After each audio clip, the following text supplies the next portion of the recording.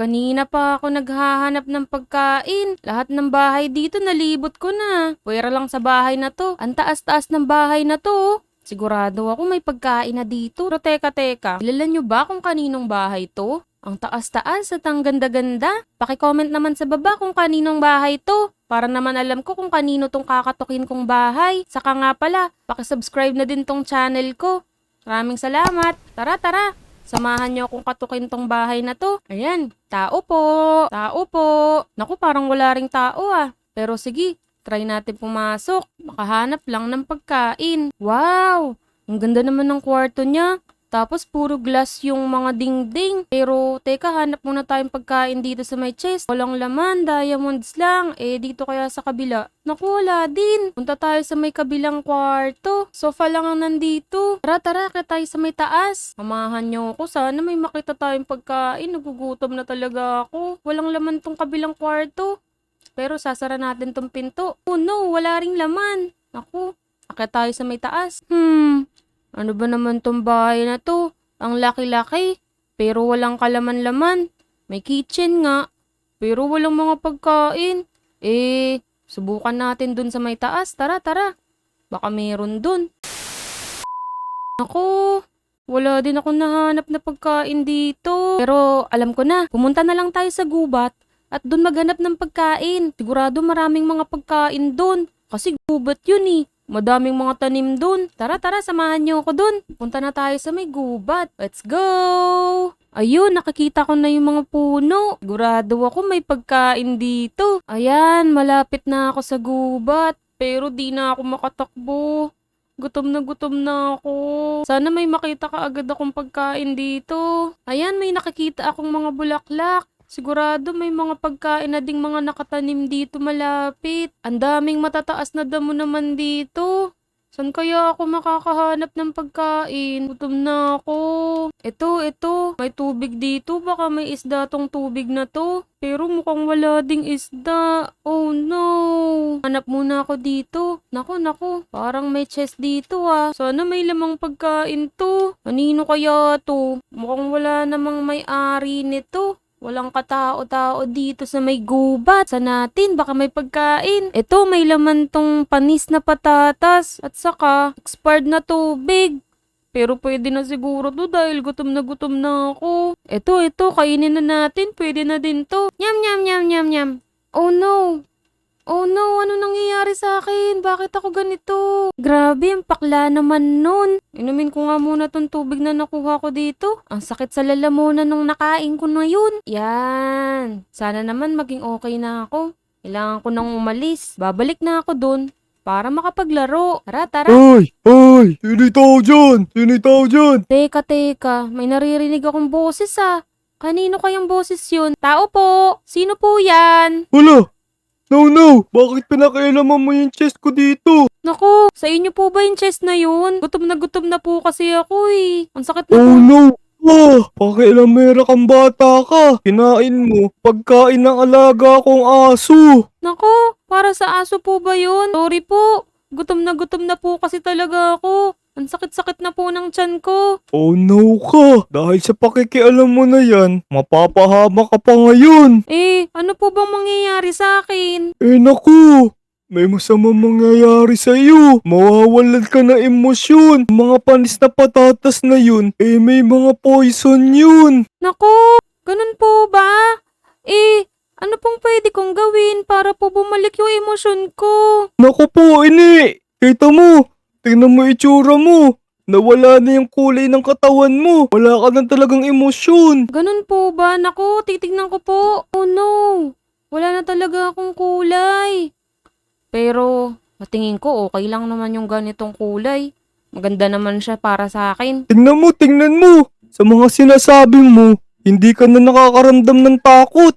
Mukhang wala na yung takot na emosyon mo! Ganun po talaga ako. Okay lang Ano? naman po sa akin to. Tingnan mo, pati yung pagsasalita mo, wala ka na talagang emosyon. Masama yan.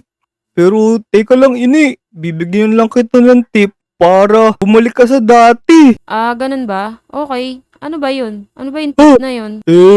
Kailangan mo makaramdam ng saya, ng takot, tsaka ng pagmamahal. Kailangan maramdaman mo yung huli sa pagmamahal para bumalik yung dati mong kulay. Ganun ho ba? Aalis na ho ako. Diyan na ho kayo. Babay na ho sa inyo. Wala talaga siyang emosyon. Wala nga siya sa buhay niya. 10 hours later. Hi! Nandito na ako sa Omo City. Pero parang pangit naman dito. Di naman maganda yung mga playground nila. Saka dumi-dumi pa. Puro mga damo-damo pa dito. Tignan nyo tong trampoline na to. Pangit-pangit ng kulay. Saka itong padulasan na may tubig. Di naman masyadong mataas. Di yan masaya. Meron pa dito tubig. Wala namang isda. Di naman maganda dito. Ano ba yan? Punta na lang ako dito sa may likod. May rail tracks pa sila dito. Wala namang train. Ano ba yan? Uy! Kat! Uy, Vic! Saka galing. Teka Kat, ba't ganyan yung itsura mo? Parang amputla-putla mo ngayong araw Teka, may sakit ka ba? Nako. Wala akong sakit. Wala kang sakit? Sigurado ka ba? Parang amputla-putla na itsura mo Tsaka parang pinagpapawisan yung itsura mo. Okay ka lang ba talaga? Okay lang ako, Vic. Wala kasi akong nararamdaman na kahit ano ngayon. Wala ka nararamdaman. Teka, ba't ka naman nawalan na nararamdaman? Ano nangyari sa'yo? Di ko alam. Basta, pumunta lang ako sa gubat, kumain ng panis na patatas, tapos nagkaganto na ako. What? Panis na patatas? Ba't ka naman kumakain ng panis? Teka, parang hindi ka talaga okay. Mukhang kailangan mo ng tulong, Kat. Teka, sino ba nagbigay kasi sa'yo ng panis na pagkain na yun? Nakita kasi akong chest doon, tapos may laman na patatas. Nung nakita ako ng matanda, sabi niya, kailangan ko lang daw ulit makaramdam ng saya, ng lungkot, saka ng pagmamahal. Oh no, Kat! This is not good! Meron kang sakit! Naku! Tara! Wala akong kailangang gamot, Vic. Okay lang naman ako, wala akong nararamdaman. Hindi! Tara! Dadaling kita doon sa may ospital. Mukhang kailangan mo magpagamot. Mukhang may tama ka na sa utak, Kat. Wala akong tama sa utak, okay lang ako. Wala akong nararamdaman na sakit. No! Kailangan mo magpagamot, Kat. Mukhang malala ka na. Mukhang kailangan mo na talaga magpunta sa ospital. Teka, Doc! Gamutin niyo po yung kaibigan ko. Nababalo na po to. Wala na raw po siyang emosyon. Wait. Tingnan mo, binangga Nasaan mo ba dito? ako. Nasaktan ka ba? Wala naman ako naramdaman kahit binangga mo ako sa pader. Oh no! Naku, mukhang wala pang mga tao dito. Naku, this is not good talaga. Saan ko kaya ito ipapagamot yung kaibigan ko? Oh no, nauntog pa kita sa Kanina mo, ibabaw ng kisame. bitawan mo na kaya ako. Binabangga mo lang ako sa kisame. Mukhang tama nga yung yung matandang nagsabi sa'yo. Mukhang hindi ka talaga magagamot sa ospital.